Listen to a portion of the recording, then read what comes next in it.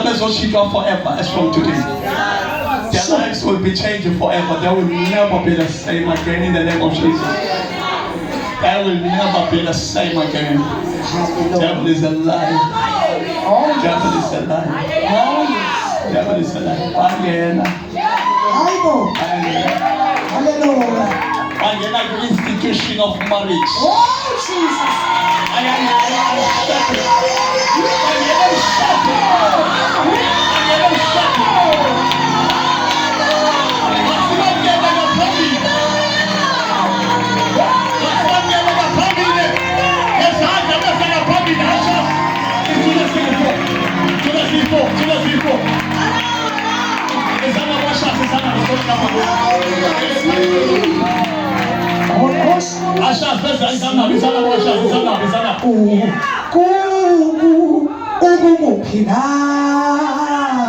For that space of this is two couples. We're talking about two couples here.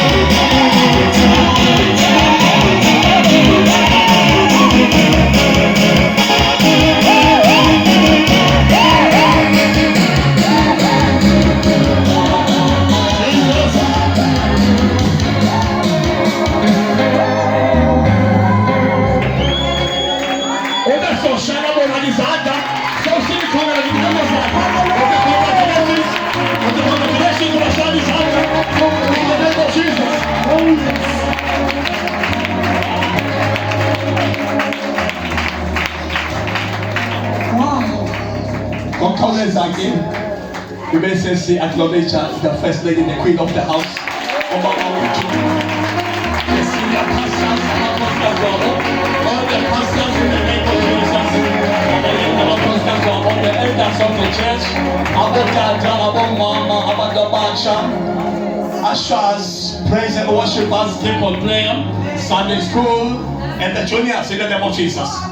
Thank you, Lord. We may be seated in the presence of God. Amen. Amen. Hallelujah. Amen.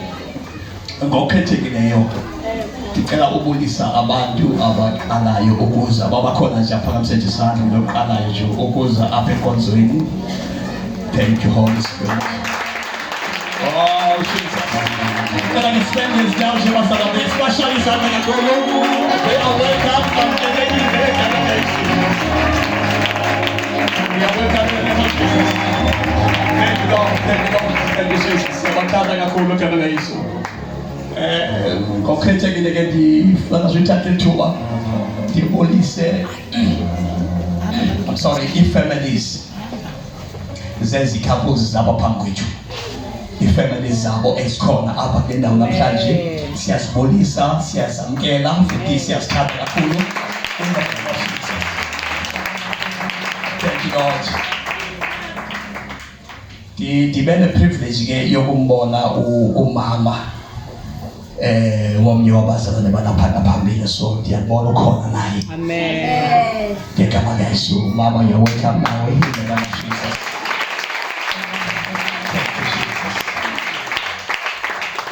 Thank you, Lord. Church, you are welcome in this special service. Amen. It is a sacred service in the name of Jesus, and I thank God for sanctifying me for this service. And I thank God for sanctifying this service in the name of Jesus. Because this is a sacred service. Hallelujah. Inkonzo engcwele nesikuyo. Amen. Ndiyabonga uThixo olingcwelisileyo noThixo obangcwelisayo. Amen. Lethi izwi lenkosi kuDavid.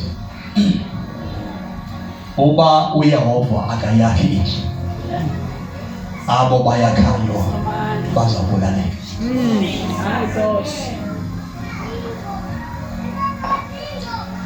Iyo le nto bendithi ndiyambonga kuThixo, sorry, endingcwalisile le-service, nabo ebangcwalisile le-service, ngoba sifuna ibe nguye oyakhayo. Ingakho Amen. ngoba umshado into kaThixo, umshado usuka kuThixo. Amen. Father, we thank you for this service. Father, we thank you for this moment. Father, we thank you for this open door that you opened for me. Indeed, the devil thought it was over. But for you, oh Lord, it was only the beginning. In the name of Jesus. Thank you, Father God, for taking the lead in this service. Thank you for taking over in this service. Thank you for being part of whatever is going to unfold right now in the mighty name of Jesus. I thank you, O Lord, for depositing your words unto my mouth in the name of Jesus. I thank you for releasing the special grace in my hands when, Lord, I place my hands upon them in the mighty name of Jesus. Thank you, O Lord, for building this house of their marriage today in Jesus Christ's name. I give you all the honor and I give you all the grace in Jesus' name. Amen. Amen. Amen. Hallelujah. Amen. Hallelujah. Amen. Ngokufutshane nje. Sorry. Nanjehlele mkale bamhlanje igama leso. Ngokufutshane nje bangcwele into sizokuyenza apha sizokwazisa. Amen. Siphinde sibatshatise ngokwasenkosini. Amen. Kunezinto ezimbini One, sibiza ukuthi it's a marriage. Two, sibiza ukuthi it's a wedding. Can someone say wedding? Wedding. Amen. Amen. Now, what is happening here is what we call a marriage. A marriage is not yet a wedding. In the name of Jesus. Hallelujah. That is a marriage. But now, kumele siyenzeke ngoku abayenzwe nguThixo ke ngokwegama lakhe. Hallelujah. Amen. Amen. Ibalulekile ke bazalwane into yokuthi umshado wakho wenziwe nguThixo. Into kwenzela uThixo abe khona emshadweni wakho. Ngoba xa uThixo engekho emshadweni wakho lo mshado leyo uzala zingxaki nexoleko. Kodwa mawuThixo khona emshadweni uThixo ogcina umshado. Amen. Ngoba umshado into kaThixo. Hallelujah. Amen. Ngokukhawuleza ke ndicela siye kwilizwi esizawuhamba nabo ngalo ngokukhawuleza nje. Jobe chilo, but this is not a wedding. Amen. Apho besizawuthatha ixesha elide. Yenziwe nje. The wedding is coming now. It is yes. This is also celebrate. This is also celebrate. Must try to makoridi wokala Machafi chapter 7. Can I just for your benefit? Tikala the seafood that you hope. Just for the benefit. Out in neighbor. Neighbor. We are sharp. We are sharp. Out in neighbor. Neighbor. We are sharp. We are sharp. Ekamanga Yesu. Ikamanga Yesu. Sizafuna ke ku 1 Corinthians chapter 7 siqale phambi verse 1 sifunde nje yonke just for the benefit of the day in the name of Jesus. Message ethu namhlanje is about short. The focus will be upper. Sisakho inkonzo yesibini esibizwa ukuthi i-dedication yabantwana. Dedication of children is very important nonkonzo. Because immediately after this one sizawungena kwinkonzo ye-dedication ekangayiso. Amen. Asifunde ke mntanabi sifunde ke izwi lenkosi elingcwele umene ngezinyawo zakho in the name of Jesus. Cela nje bandla ke libe nje ngezinyawo iphathe ekangayiso. Thank you, Holy Spirit. Sangena pokuthiwa onge nakhona sapuma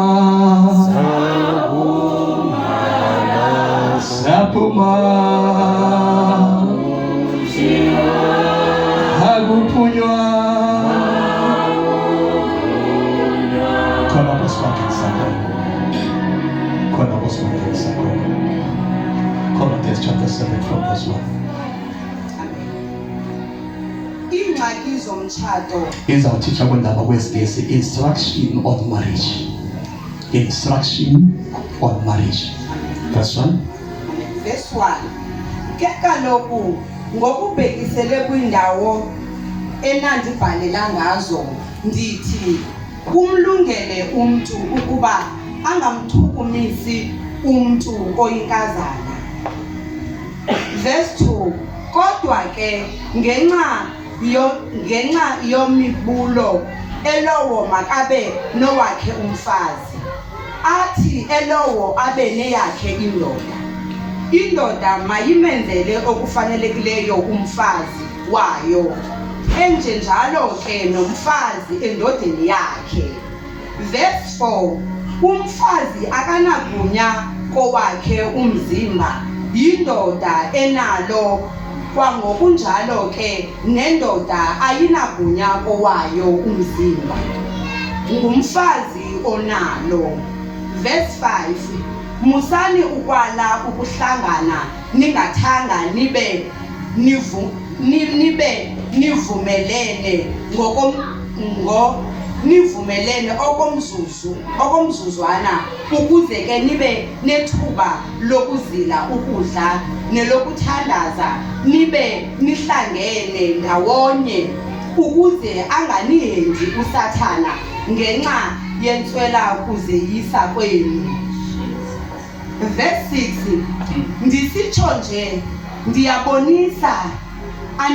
ndiyabonisa anindithumi mntu kuba ndinga bonke abantu bangaba njengam nje, kodwa ke elowo unesakhe isipho asibabalwe nguThixo, omnye uba unaso ngokunje, omnye abe naso ngokunjeya.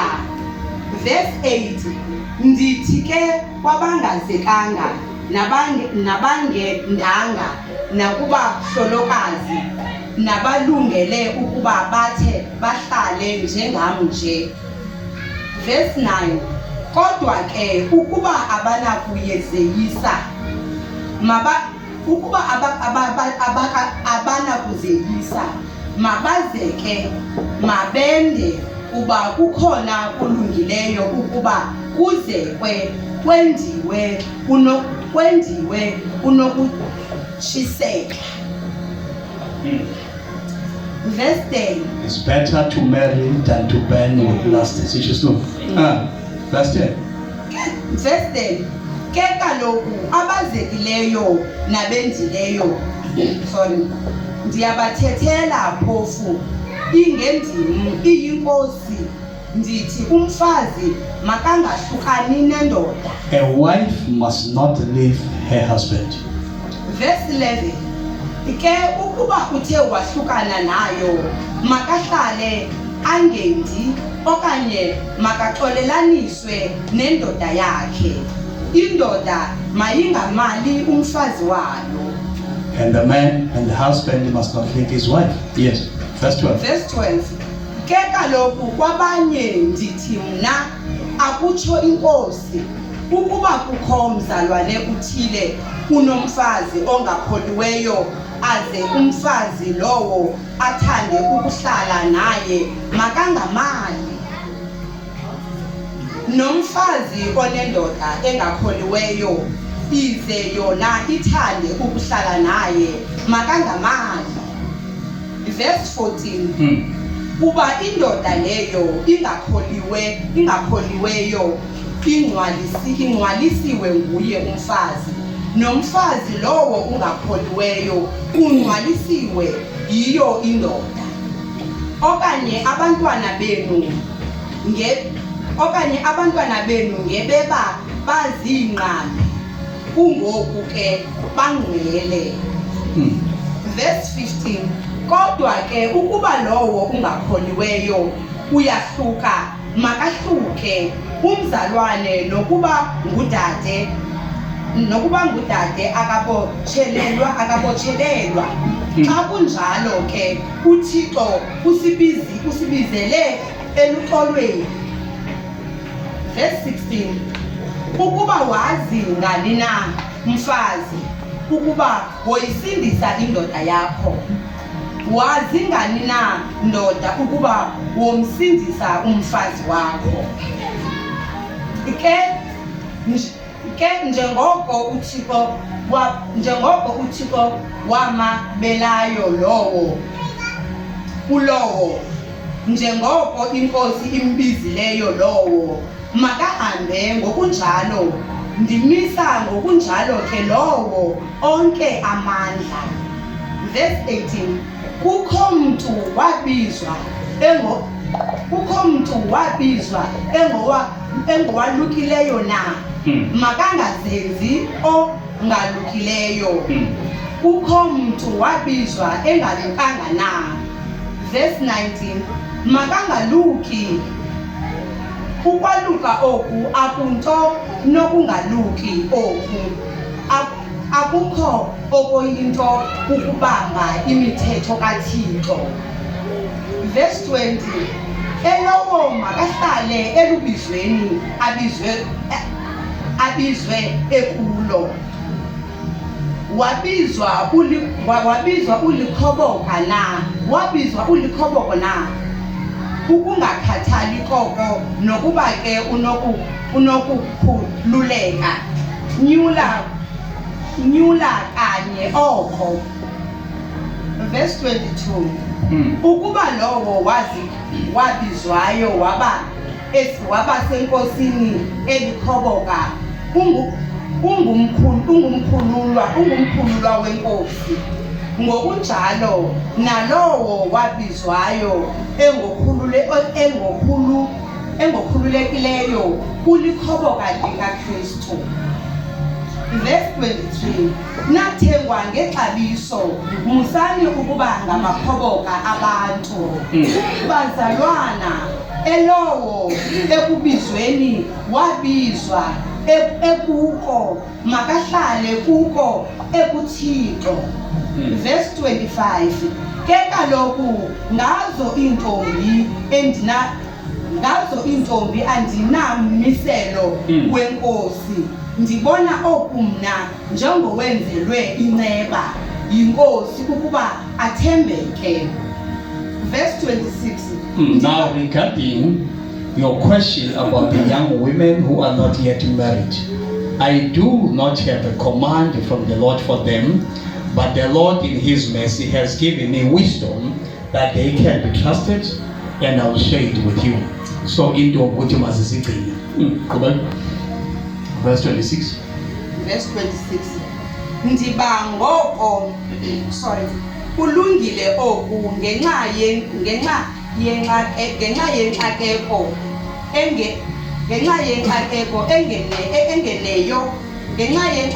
engeneyo kulungile emntwini ukuthi eselehlala njengoko anjalo. All right, Asiyako verse 32. Verse 32. Ndithanda ukuba ningabi naxhala ongazekileyo ukhalela izinto zenkosi ukuba angathini na ukuyikholisa inkosi. All right. Verse 33. Ozekileyo ke ukhalela izinto zehlabathi ukuba angathini na ukumkholisa umkakhe. Underline. Just underline it.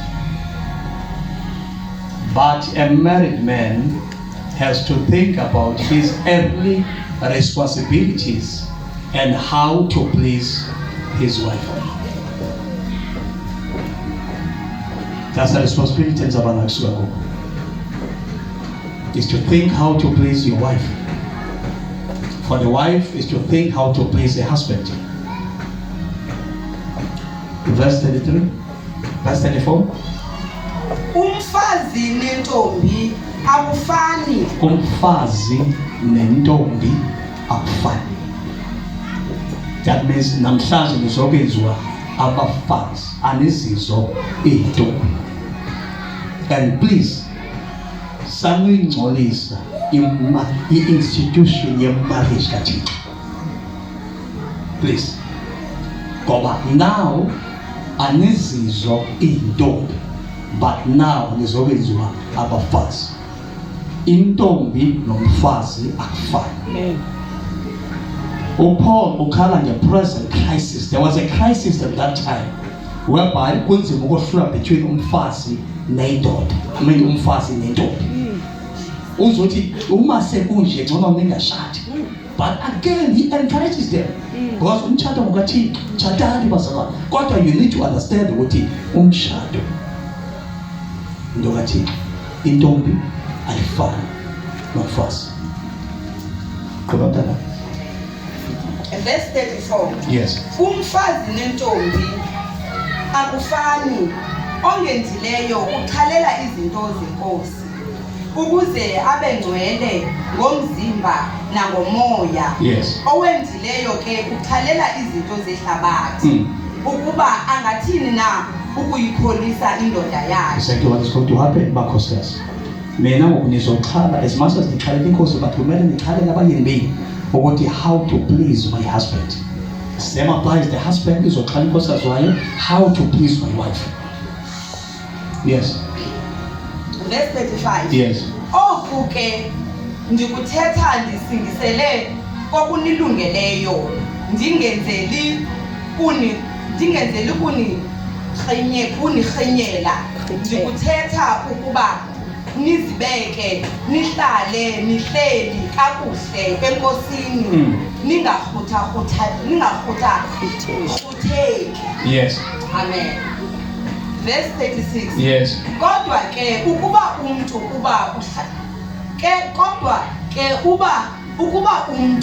uba uhlaza intombi yakhe xa ithe yegqitha enhlahleni yayo. Maseko verse 39. Amen. Verse 39. Verse 39. Umfazi ubotshiwe ngumthetho ngalo lonke ixesha. This is what is going to happen. Njengoba selitshathisa nje kufanele niyazi uba nina ngoku nibothelele komyeni wenu and nibotshelelwa ixesha lonke nisaphila. As long as usaphila ubotshelelwe kuye, as long as usaphila ubotshelelwe kuye. Na ukhululeka only mhlazana waze wafa, God forbid mayenzeke loo nto nisebancinci ngegama leso. Qhubeka no verse 39. Verse 39. Umfazi ubotshiwe ngumthetho ngalo lonke ixesha isaphilile indoda yakhe. Ke ukuba indoda yakhe ithe yafa ukhululekile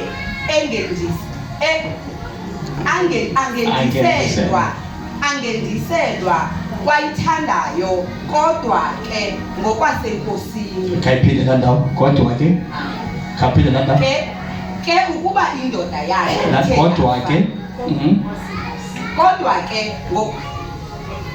angendiselwa kodwa ke angendiselwa kwayithandayo kodwa ke ngokwasenkosini. Amen. Yinto sithetha ngayo namhlanje. Ningendiswa kodwa nendiswe ngokwasenkosini. In most ye-English Bibles azinayo le part. Indawo enayo yi-New King James Version. New King James Version iyayicacisa exactly. I believe the interpretation yenziwe ngesixhosa from a New King James Version. If you go to NIV, if you go to Yambibele and other interpretations, they don't have that specific part. But the Xhosa one is specific. Ukuthi ningachata kodwa ngokwasenkosini.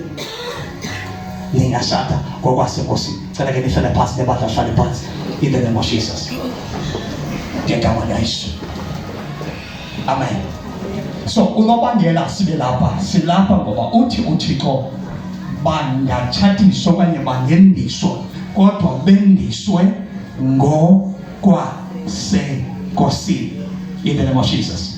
Now as couples zimbini zimephambi kwam ngoku siyazitshatisa ke sizitshatisa ngokwasenkosini egama likaYesu. Amen. Kune-benefits ke ezomshado. Umzekelo, zombini ezi couples baye bazana because basitsha zombini kulo nyaka in this year apha ebandleni. When ungazani noThixo niyazenza izinto.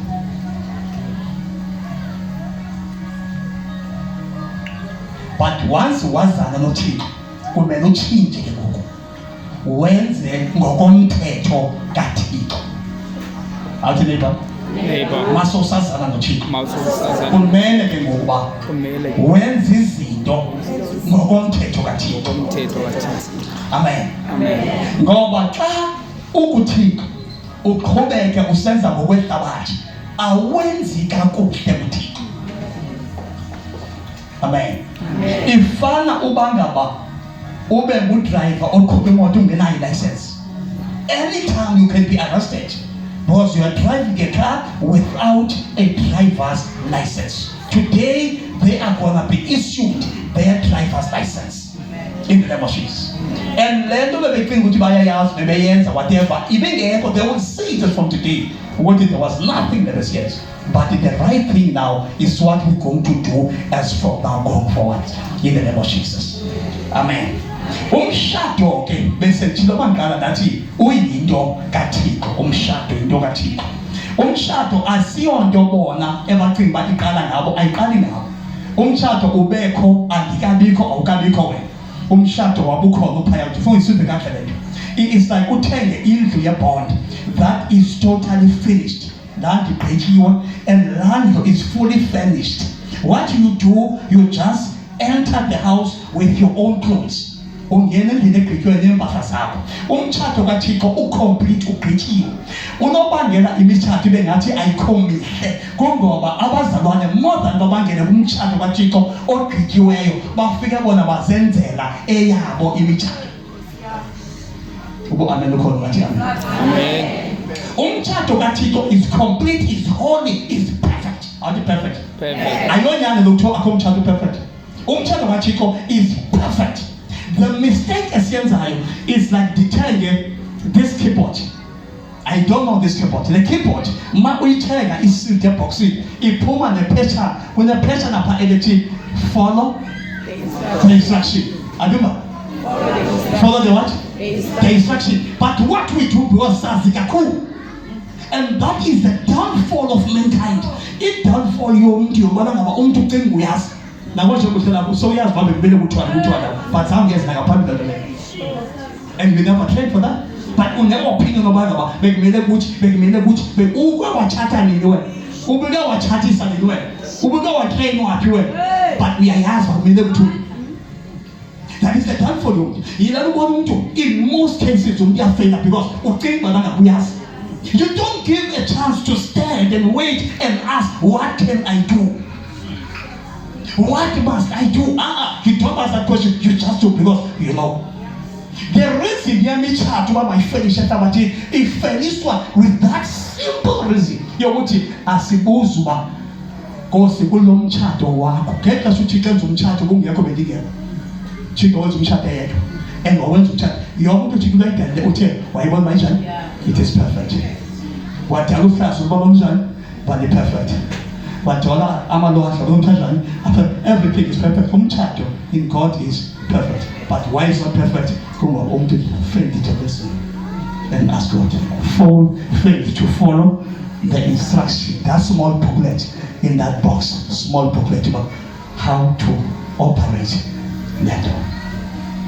So that means a small preview about the umtshato kaThixo unjani, and it's going to benefit even abanye ngegama leso. One, uthi uThixo abo babini bahlangeneyo mna ndikhona ndikwethu andikho bazalwane ndikhona apha kubo ndingowenayo ndikhona. That means ngexesha bebengashadile enoba ungahlalisana nomfana 2 years 5 years 10 years nihlelisene uThixo utheni akekho kuloo nto. Meaning ukuthi now ni lose the benefits of the presence of God. What are the benefits of the presence of God? What are the benefits of the presence of God? Ukubana ngaba kunento as from today going forward abayifunayo emshadweni wabo uNkulunkulu ukhona phakathi kwabo. When they pray together, when they pray, akho mthandazo namandla njengomthandazo wabashadi. When ungashadile, you are wasting your time. Uyazilibasa ngoba kune benefits ezingako kasifumaniyo. Because now when the two has come together in my name, nothing will cheat on their side. Now when they pray for something, if prayer yake isangana ne prayer kabani kaNkulunkulu lento bebeyithandazela ayina choice but to give in. But kumele yenzeke because they are praying uThixo theni ekhona phakathi kwabo. In the name of Jesus. Amen. Amen. Amen. Hallelujah. Amen. Hallelujah.